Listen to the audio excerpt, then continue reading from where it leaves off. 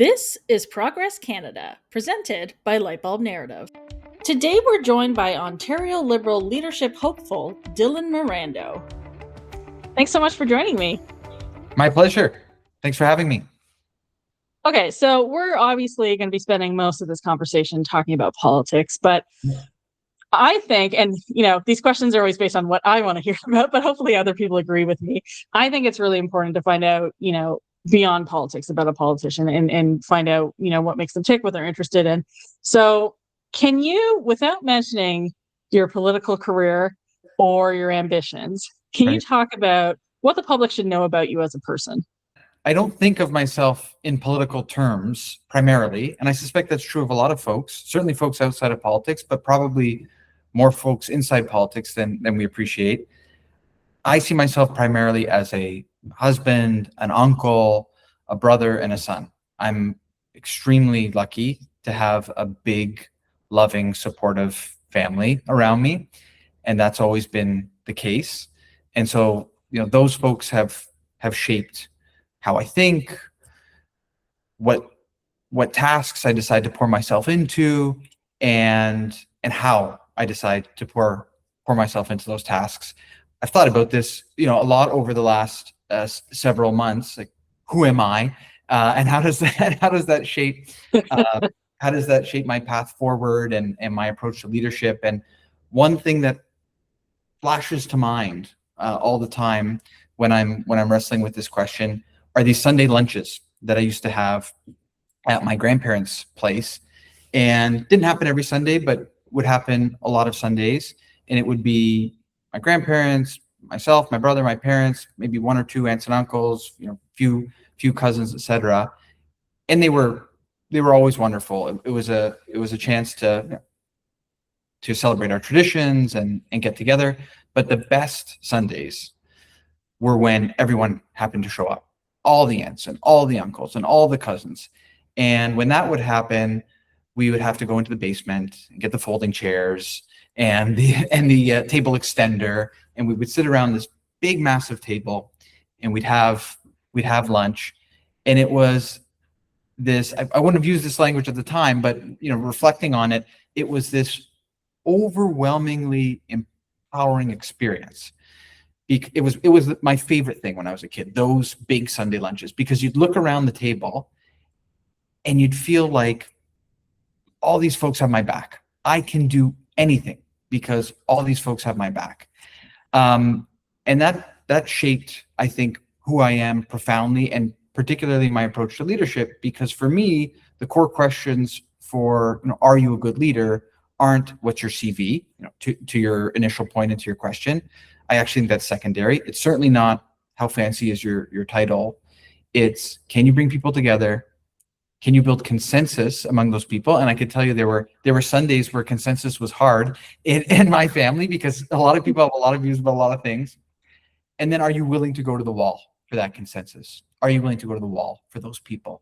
And that's what I've taken from my family since before I knew how to articulate all those things, but it's in my bones. And I think it really defines who I am.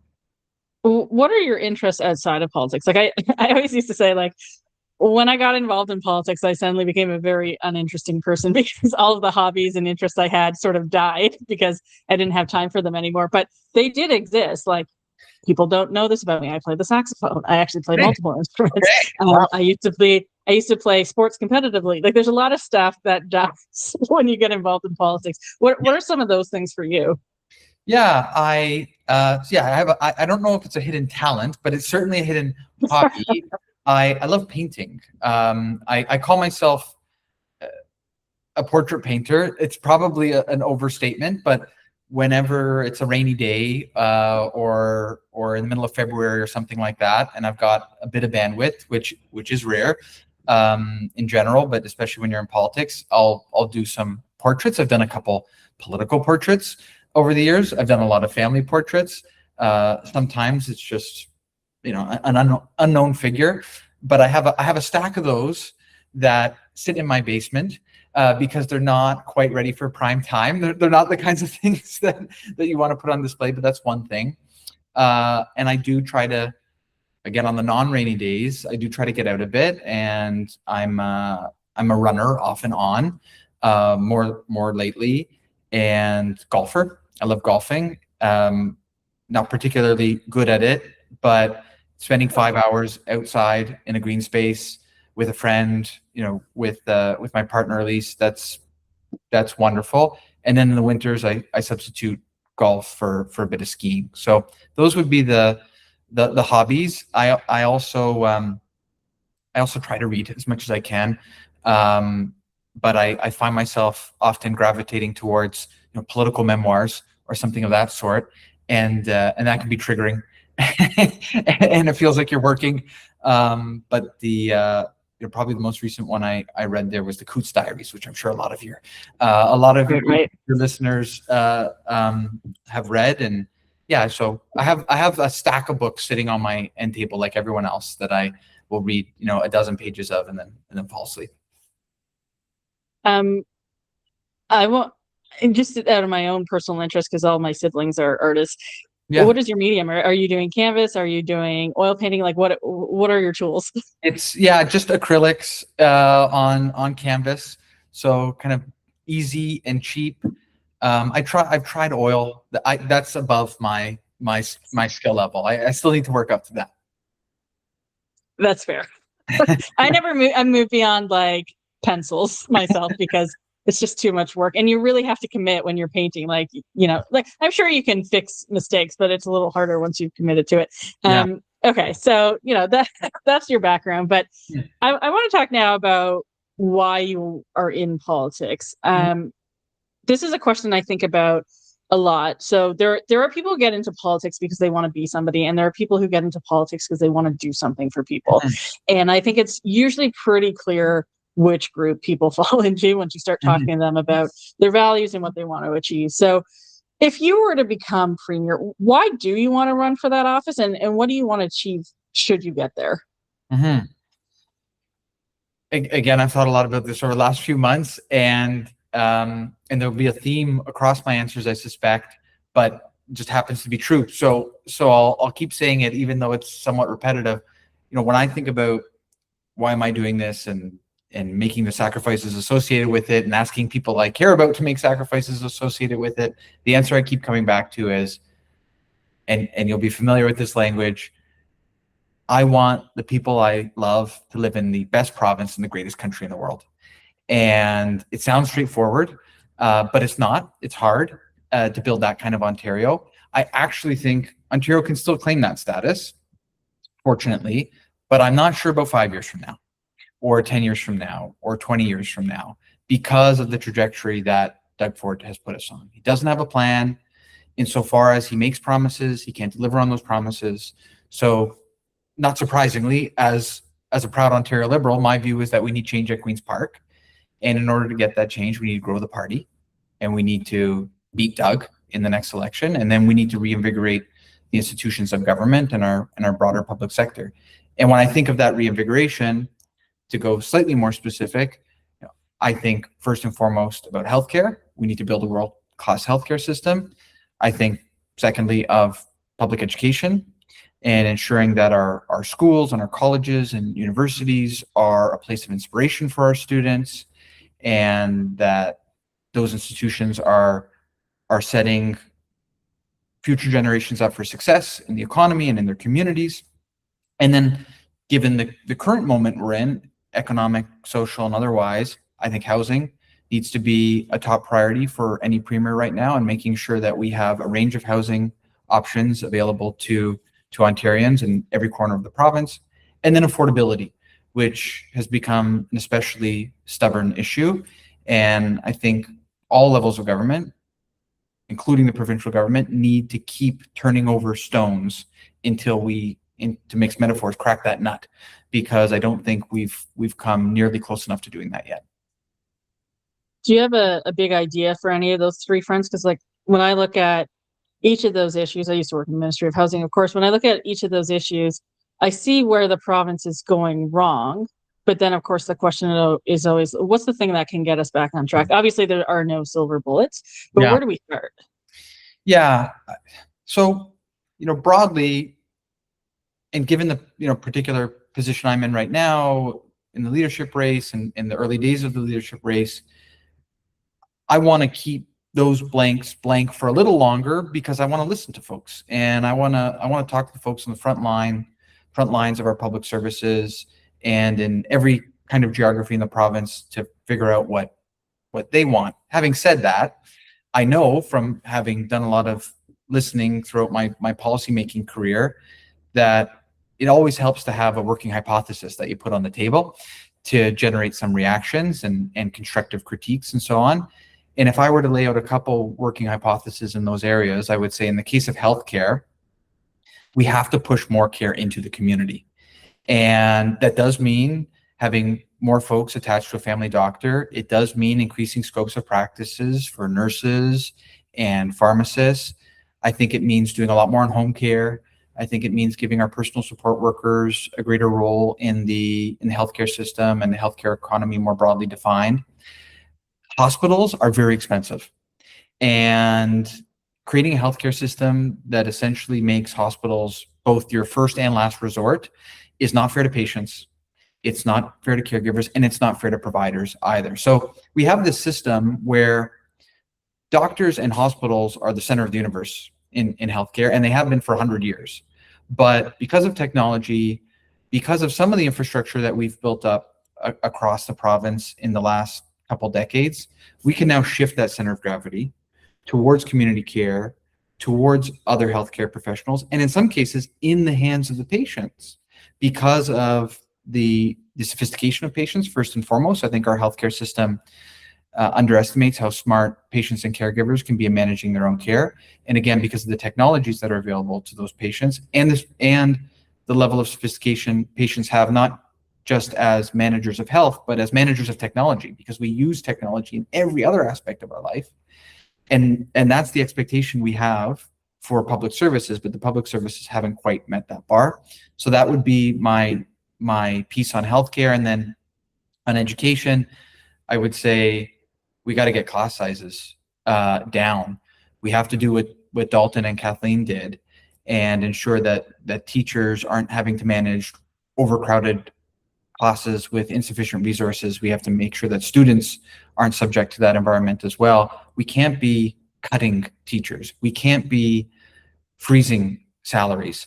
If we want to attract and retain and grow our teaching workforce, which is the backbone of our education system, then we need to pay teachers what they're worth, and we need to show them that we appreciate them, and we need to empower them. And one thing that I would say is particularly problematic about the current government is that everything they do on education, and to some extent what they're doing on the relationships with municipalities and the relationships with certain healthcare organizations, everything they do in healthcare and education in particular suggests distrust.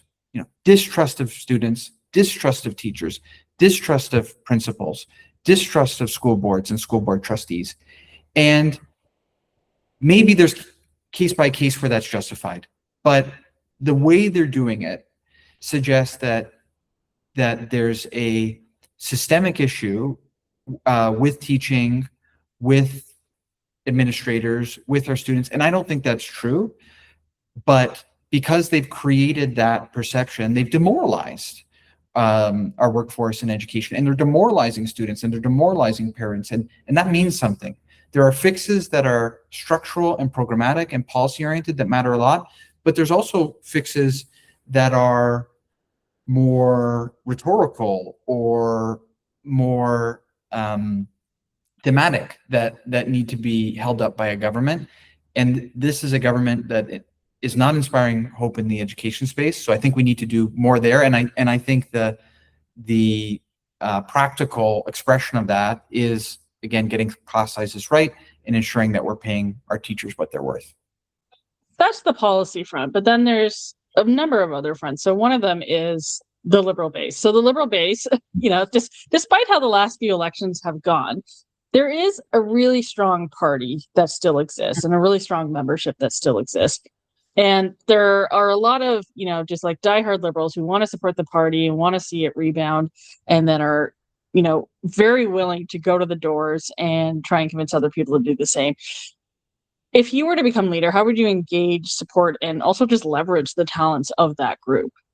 Yeah, I think you're bang on with this question and with your framing of the question, because my sense, maybe this is more anecdotal than empirical, but my sense is that there are a lot of liberals out there, a lot of liberal supporters, and they seem more timid to identify themselves than maybe some conservatives do. Again, small c conservative supporters. So we have to get better at being louder and prouder of being liberals.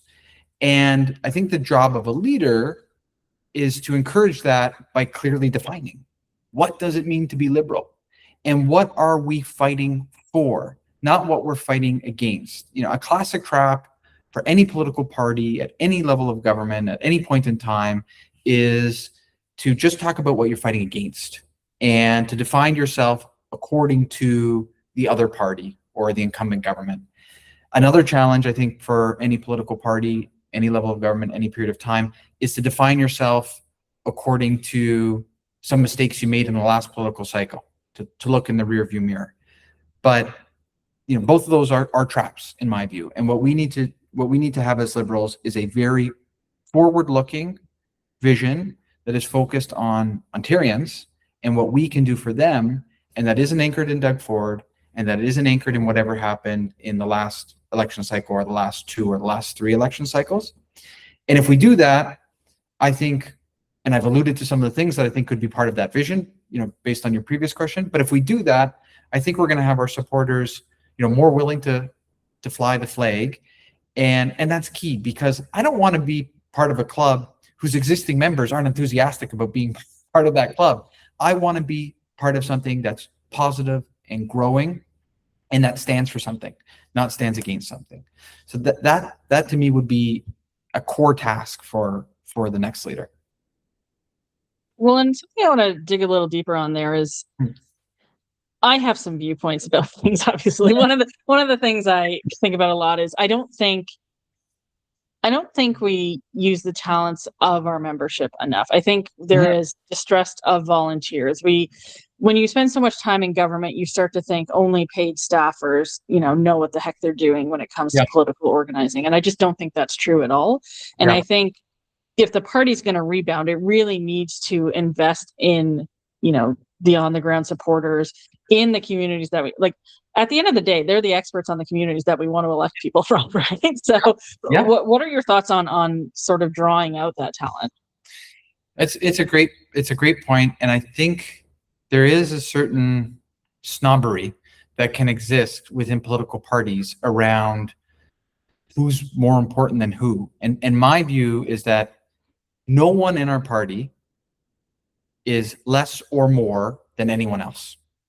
We all have different roles to play at different points in time, but an MPP is not more important than a staffer. A staffer is not more important than a member. A member is not more important than a volunteer, and so on and so forth. So I do think we have to get over this snobbery, get over a hierarchical understanding of political parties and politics in general.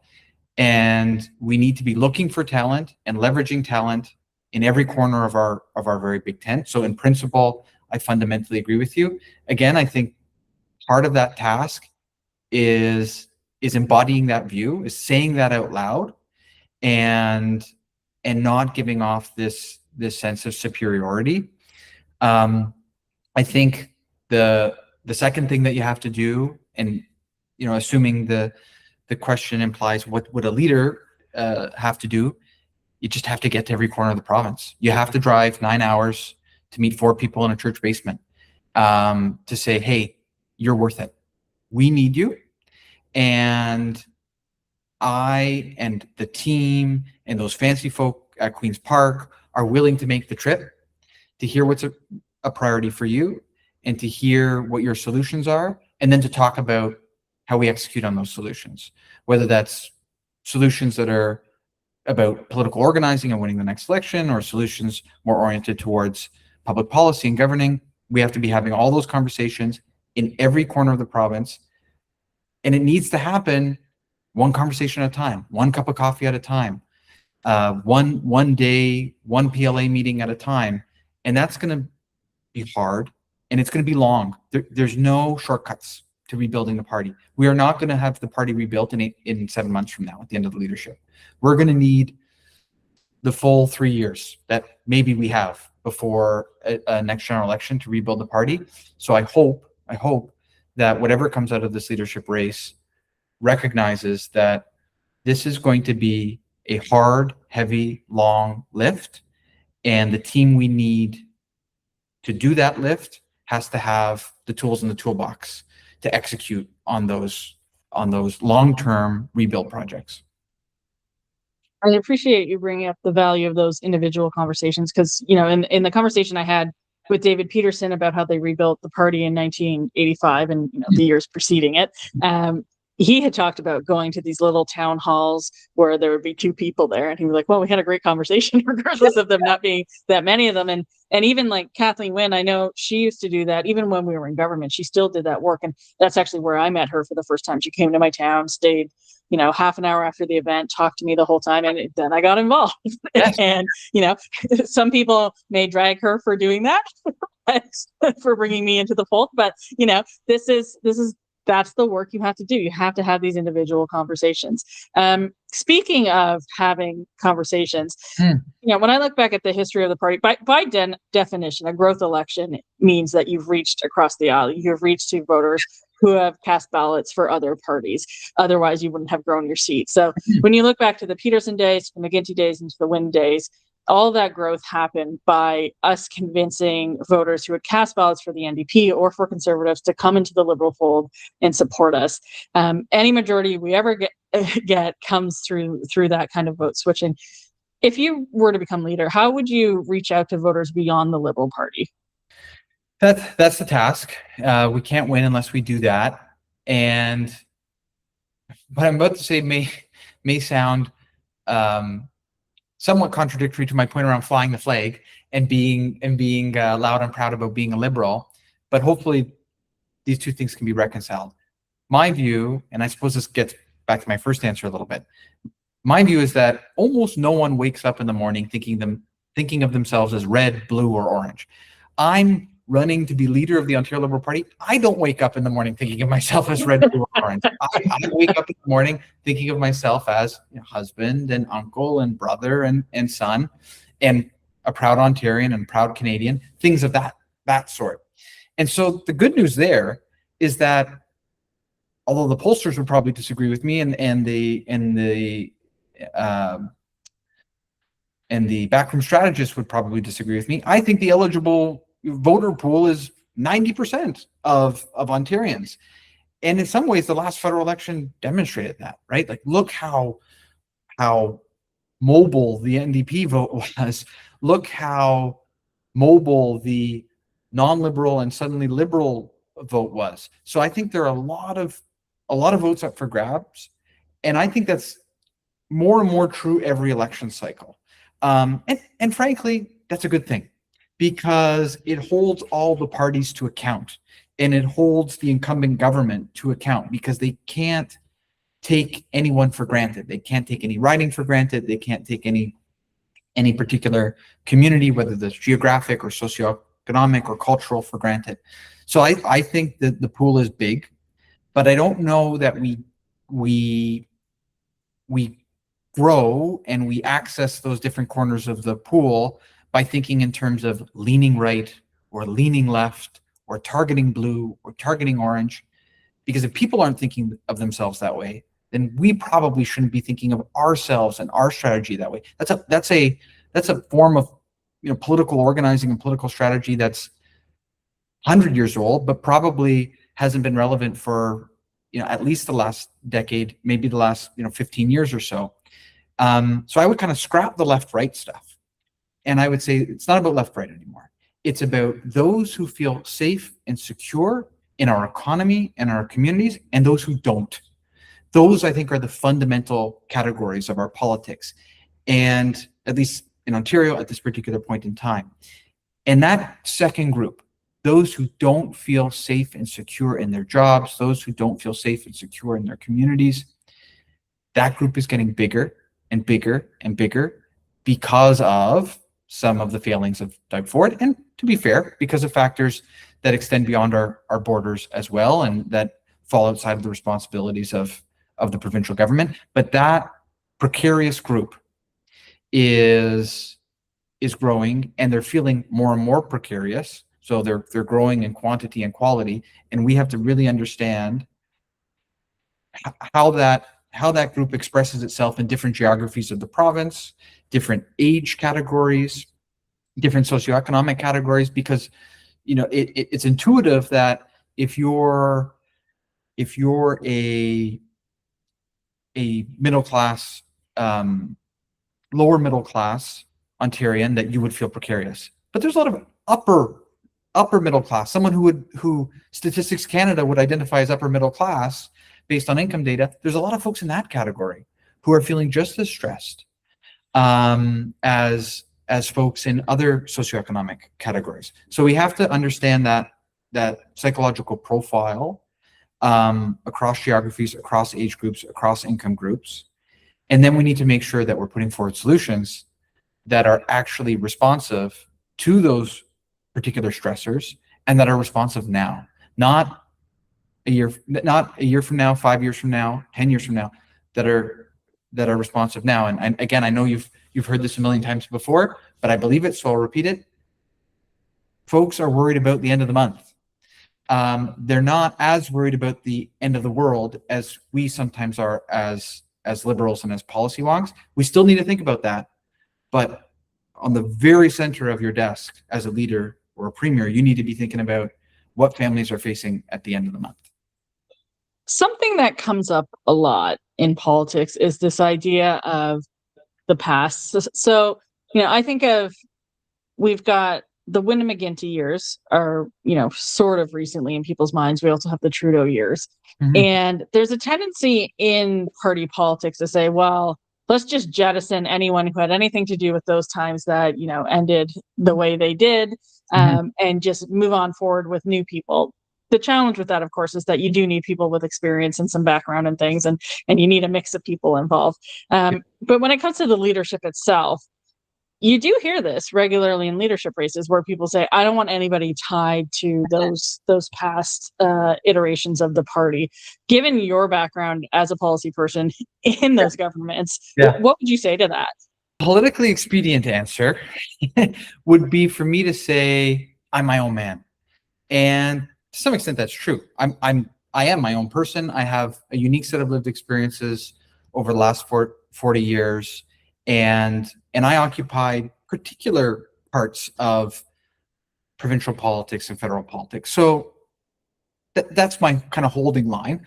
But the more honest, more robust answer is that I'm not going to throw any of my old bosses under the bus. They were great leaders. Dalton McGuinty was a great leader. Kathleen Wynne was a great leader. Justin Trudeau was a great leader. They did things for Ontarians and for Canadians that they should be proud of, that Liberals should be proud of, that we should all be proud of. Full day kindergarten, closing coal, raising the minimum wage, fighting for better pensions for seniors, a national childcare program, a national housing strategy, a Canadian dental care plan. These are massive generational legacies that right now are making life better for hundreds of thousands of Ontarians, and in the case of national policies, millions of Canadians. So again, I know the easy answer and maybe the self-interested answer is to say, I'm not them. Part of me is not them, but part of me is damn proud that I got to work with those folks and that I got to be part of governments that built up our middle class. They grew it. They made it more resilient. They didn't forget vulnerable communities either. And they didn't go out and try to tear down those who have the good fortune of good fortune. So I'm really proud to be a McGuinty Liberal and a Wynne Liberal and a Trudeau Liberal. And I think maybe one thing that's unique about me is that I have that triple word score. I've worked for 2 premiers and a prime minister. And so I feel very comfortable in every corner of a very big Liberal tent. There's a lot I think even, I've asked Kathleen this, I've asked Dalton this. I think even they would not necessarily have the same prescriptions for the problems that we have today that they chose at the time. Yeah. Times change, people change, needs change. They would recognize that. They would live in the moment and try and figure out what makes sense for this moment. We governed for 15 years provincially under McGuinty and Wynne. I'm wondering if you can highlight during that time, because for voters, that's their reference period, right? That's when they think back to about whether they want to give us another chance. Looking back at that, what's one thing that the party got wrong when we were in power, and what's one thing that we really got right? So I'll give maybe a somewhat broad answer, and then to the extent that you want me to drill down more specifically, I'm happy to. The thing that we did well on our best days was we met people where they were. We knew that parents didn't want their kids to have to stay inside on a smog day, so we shut down coal. And we knew that parents wanted their kids in class sizes that gave their kids the best shot at success, so we got class sizes down and we raised test scores. We did similar things on healthcare wait times. We did similar things on minimum wage. We were laser focused on whatever the average Ontarian was laser focused on. So that's the big check mark. That's the thing that we were really good at, and that expressed itself in multiple ways across multiple policy domains over multiple years. I think when you're a 7-year-old government, 8-year-old government, 9-year-old government, 10-year-old government, it gets harder and harder to meet people where they're at, not because your intentions change. You want to meet people where they're at, but you get stuck in the political bubble. You confuse the theater of question period for the public mood. Question period is not the public mood. Question period is theater. And all the fancy folk who gather around Queen's Park in the provincial legislature, they are not representative of the average Ontarian. Some groups are, some groups, stakeholder groups, try really hard to be representative of broad constituencies. But for the most part, Queen's Park is a bubble. And the longer you're in that bubble, the more you lose touch. And we can see that with the current government. But it's also true of Liberal governments provincially and federally. And so, one thing I'd say is that I hope that a big part of my preparedness for the job I'm applying for is my experience in government and in the executive offices of government. As I said, 2 premiers, prime minister, president, treasury board, minister of housing. But if that was the only experience I had, I wouldn't be ready for this job. What was just as important for me is that I spent the last 3 years of my life outside of government, in the private sector, gaining some perspective. And that was so valuable for me. I gained some perspective on how the world works outside of politics and how the world works outside of Canada as well, because I had the good fortune of working for a global company. And that not only allowed me to add some new tools to the toolbox and to develop new knowledge, but it permitted me to revisit some of my political experiences, some of my experiences in government, and say, I had a blind spot at that point in time, or I should have reached out a little more, or should have thought a bit more deeply about that. So that's a long way of saying we have to meet people where they are, and we have to actually, and this gets back to an earlier point I made, we have to actually go out to those people. You can't meet people where they are if you're living in question period. You have to go to Kenora. You have to go to Cornwall. You have to go to Moosonee and to Milton and to every corner of the province and have those conversations. And you got to keep doing it. Not just when you're trying to form government, not just when you're trying to win a leadership. You got to do it in year 6, 7, 8, 9, 10 of government. Give you a bonus point for mentioning Moosonee, of course, having been from there. But the follow-up question of this, of course, is about our time in opposition. So we've been in the wilderness for 8 years, and there's a sense that when you're losing in politics, it means you're doing everything wrong, which we know is not the case. Sometimes you were doing some things right, and it's just not working out. I think there's a sense out there in the public who, there's a significant amount of the public who is against Doug Ford, a majority, in fact. And I think they're frustrated that the opposition hasn't figured out a way to really take him down and to appeal to more people. So I guess this is the question of, what has the party been getting wrong in opposition, and what have we actually been getting right? Because I'll admit a bias I have here.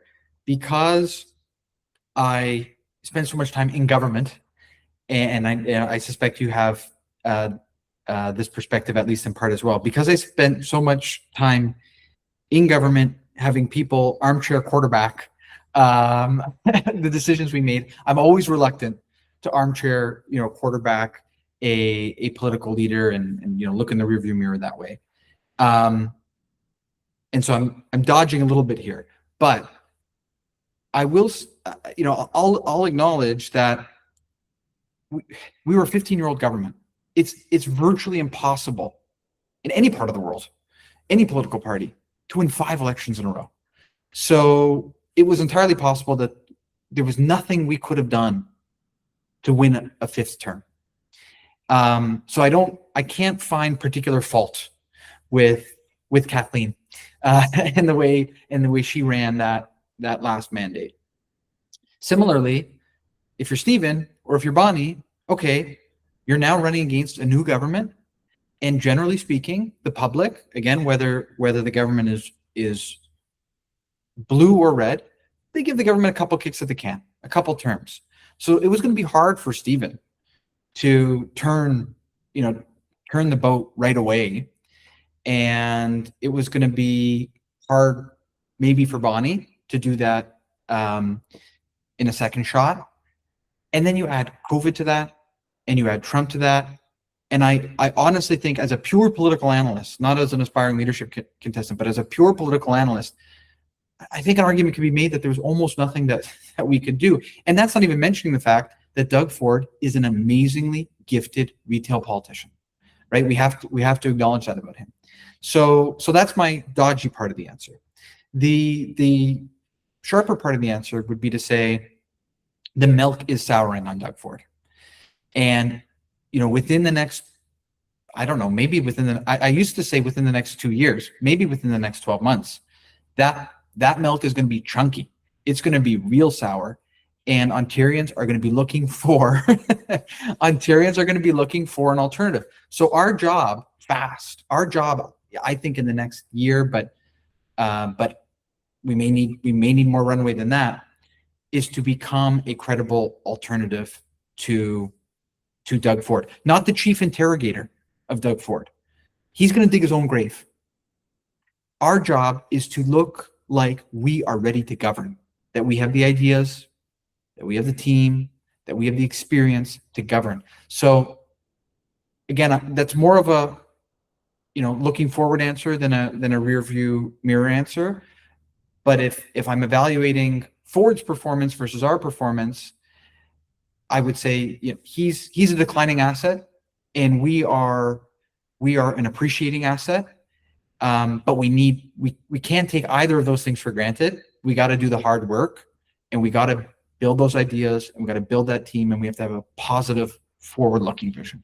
I would push back just a little bit in that I think we have a problem in this party. Well, it's probably not unique to us either, where we go, it's the leader's fault that XYZ happened. Yeah. And, they're not without blame when things go wrong, but, because they choose the team and the tactics and all that kind of stuff. But at the same time, there's a broader party at large. And I have said many times publicly that I think as a party and as a movement, we did 2 things really wrong. We didn't focus on the economy at all. And I think Liberals don't win unless they have a really strong economic message that they then backstop up with a good education and healthcare message. But the second part of that was we also we ceded issues to Doug Ford. Yes. And we allowed him to take the lead on certain issues. And I think that is not specific to Stephen or to Bonnie or to John Fraser or to caucus or to, your random volunteer knocking at the door. I think it's something we've all done as a party. And I wonder what your solution would be to that.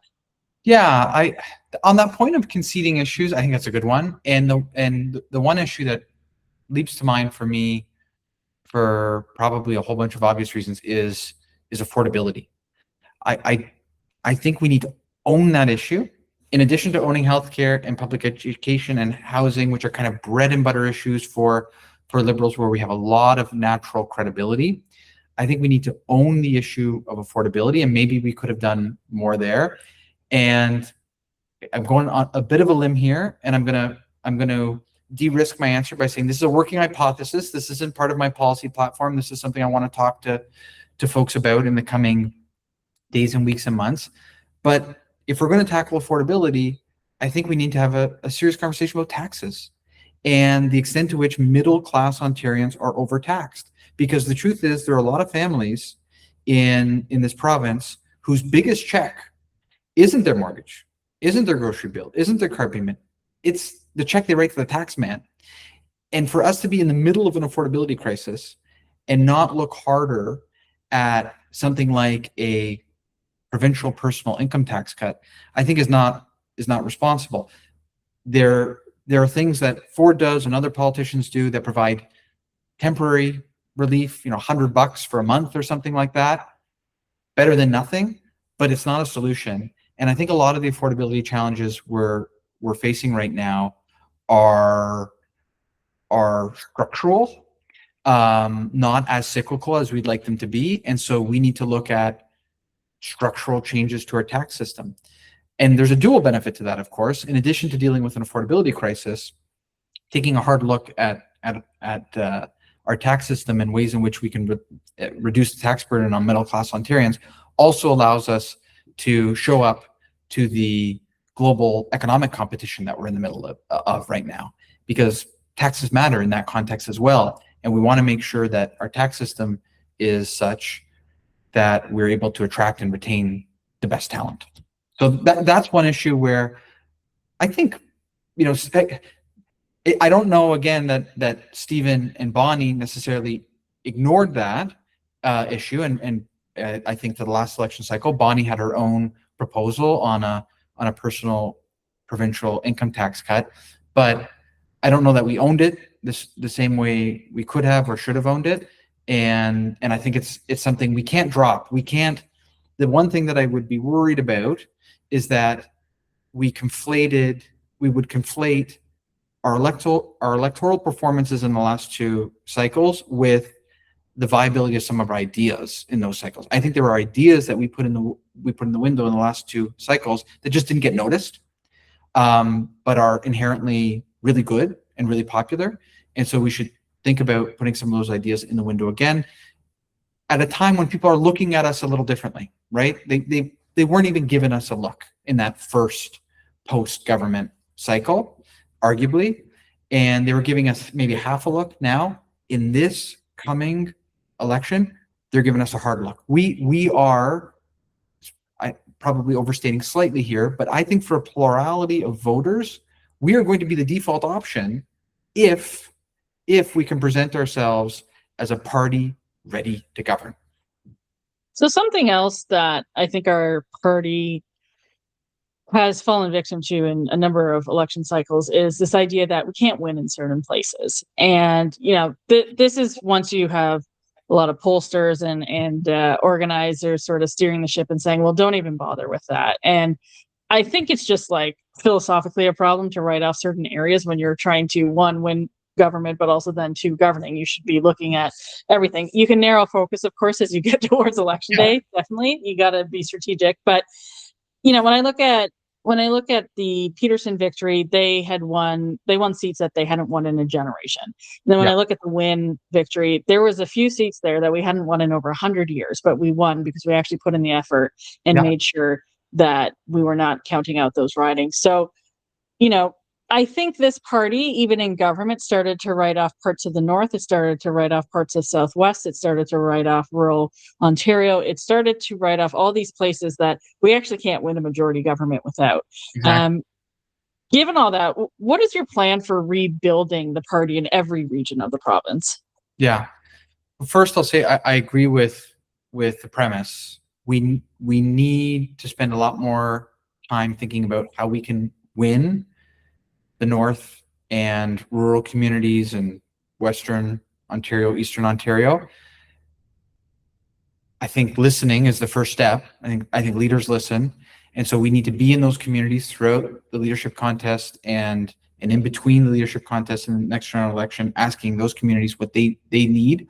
And we have to show them that we can lift up their voices and we can propose solutions to their particular challenges. I also think we need outstanding candidates. And my view, maybe I'm giving away too much here, and so the Doug Ford folks can plug their ears. But my view is that there's a remarkable pipeline of political talent that is just waiting to run against Doug Ford and for our party. Think of the number of school board trustees and local councillors Yep. and nurses and teachers and small business owners who have had enough of this guy and want to step up and serve their province and reinvigorate Queen's Park. There's a lot of them. And if we can make sure that we have that kind of talent in every riding in the province, that's going to give us a real good shot at winning. And I'm not talking about star candidates in the conventional sense. We don't need shiny people. We don't need show horses. We need workhorses who are known in that community. If they're not known at Queen's Park, if they're not known in downtown Toronto, that's probably a good thing in those rural communities, in northern communities, and western communities, eastern communities. But we want that high school math teacher that everyone knows and loves in Cornwall, and we want them.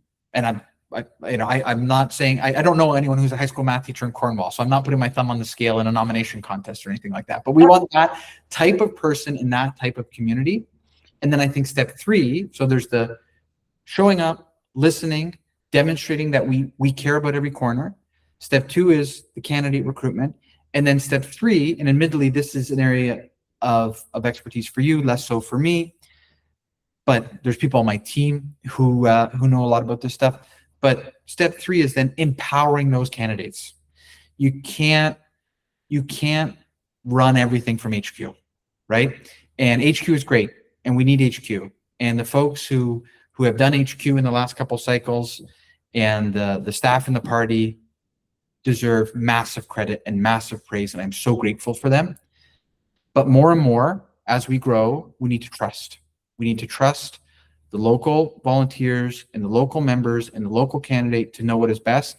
And when the candidate tells you, I've knocked on this door 7 times and it's not a door, it's an abandoned factory, then HQ has to lay off.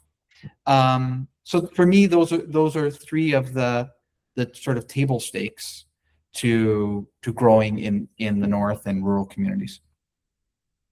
It's funny you mentioned that once, because I was in a by-election once where I had, I think it was 8 Liberals in my poll. 2 of them were actually Conservatives. I think half of them weren't home, and then the rest of the poll was just a cornfield.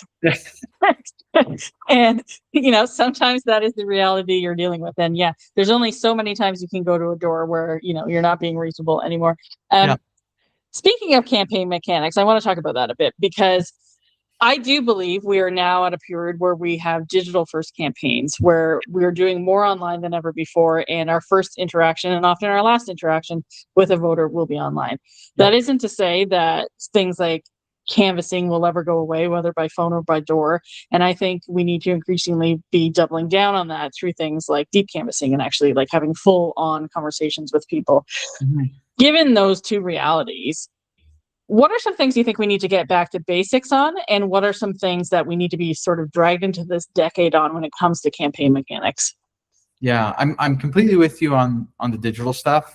That's just where people are. And it's not, people used to get away with saying, the organizer types used to be able to get away with saying, well, that's young people are on their phones, but boomers are the most precious political commodity, and they still have landlines, or they watch TV, or they listen to talk radio in their car, and so we still have to be there.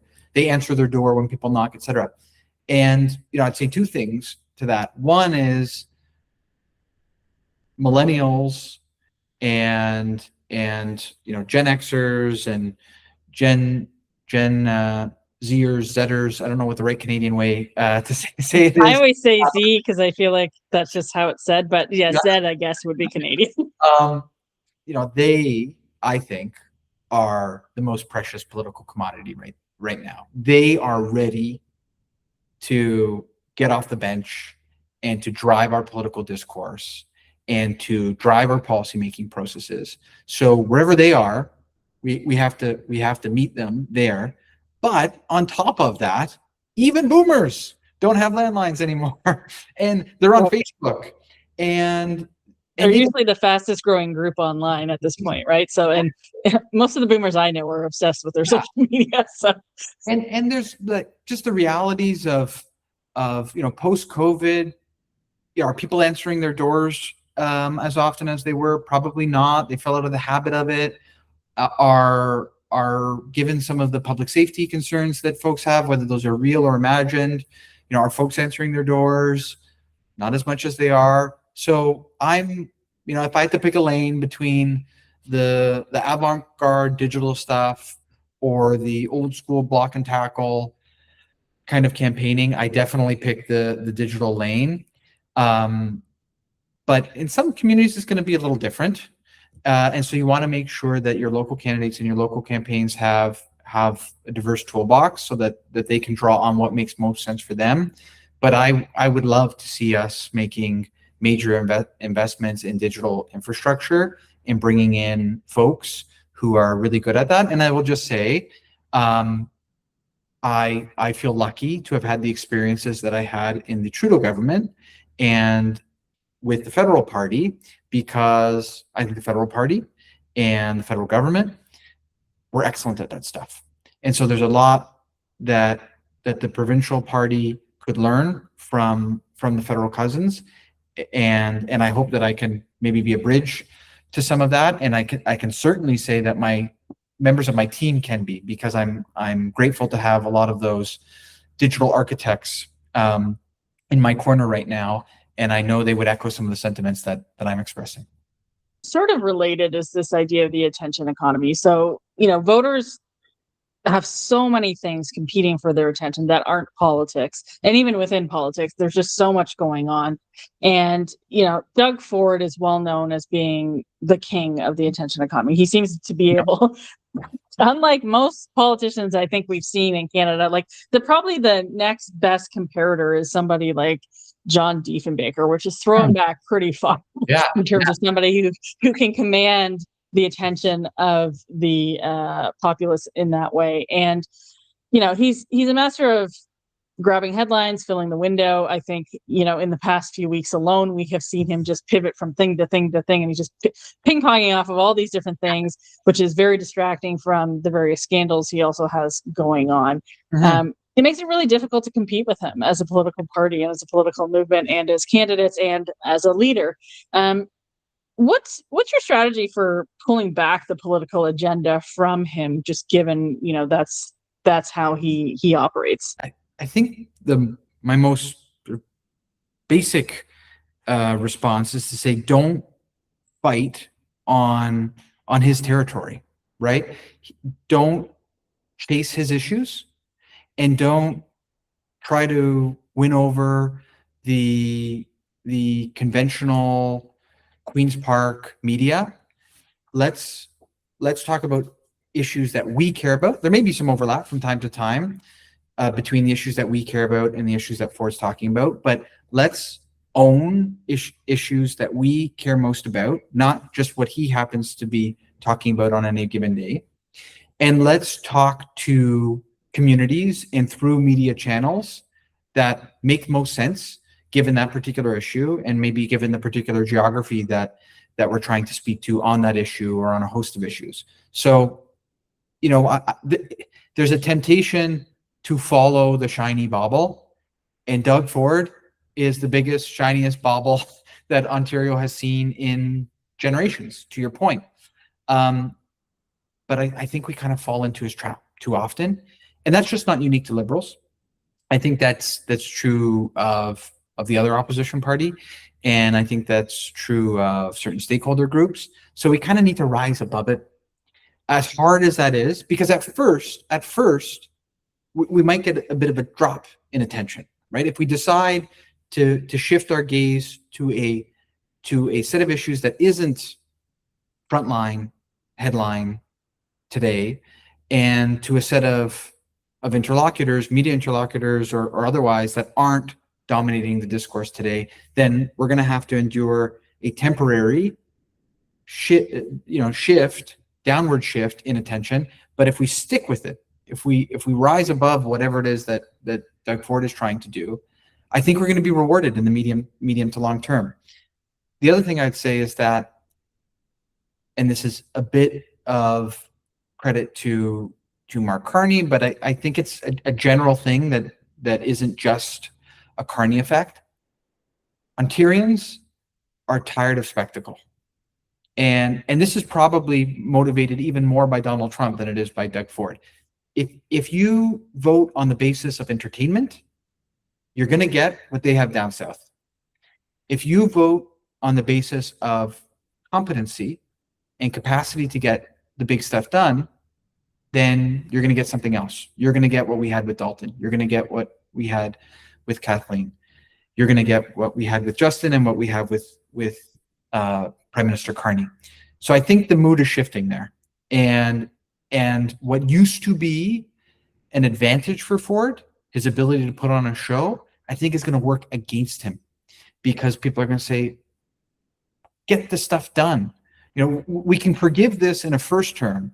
We can forgive this when you're trying to accumulate political capital. But what are you spending that political capital on? What are you actually getting done? And Ford's approaching a decade, and he has no substantive achievements to demonstrate to Ontarians. So I think, as I said before, the milk is souring on him, including his showman routine. Just for my final question here, and we are making excellent time. Before you become premier, you got to become leader. And to become leader, you have to win the leadership race. So what's your pitch? What's your elevator pitch to members for why they should vote for you as leader in November? I think my core answer to that is, I'm a smart, hardworking problem solver who has built a track record for getting the big stuff done. I have worked for 2 premiers and a prime minister and a president of the Treasury Board and a minister of housing. I was at the table when we built the National Housing Strategy and our National Child Care Program and progressive parental leave and the Canadian Dental Care Plan. I know how to get the job done. I've got the tools in the toolbox, and I'm ready to use them. And I would say, for some folks, it's a bit audacious for, a person of our vintage to say, I'm ready to be leader. But the truth is, if folks like us and a lot of your viewers, I suspect, and listeners, aren't willing to step up and rebuild the party's not going to get rebuilt. It is our time to take the torch of leadership. And that's not because we have a right to the torch. No one has a right to the torch of leadership. It's because we have an obligation.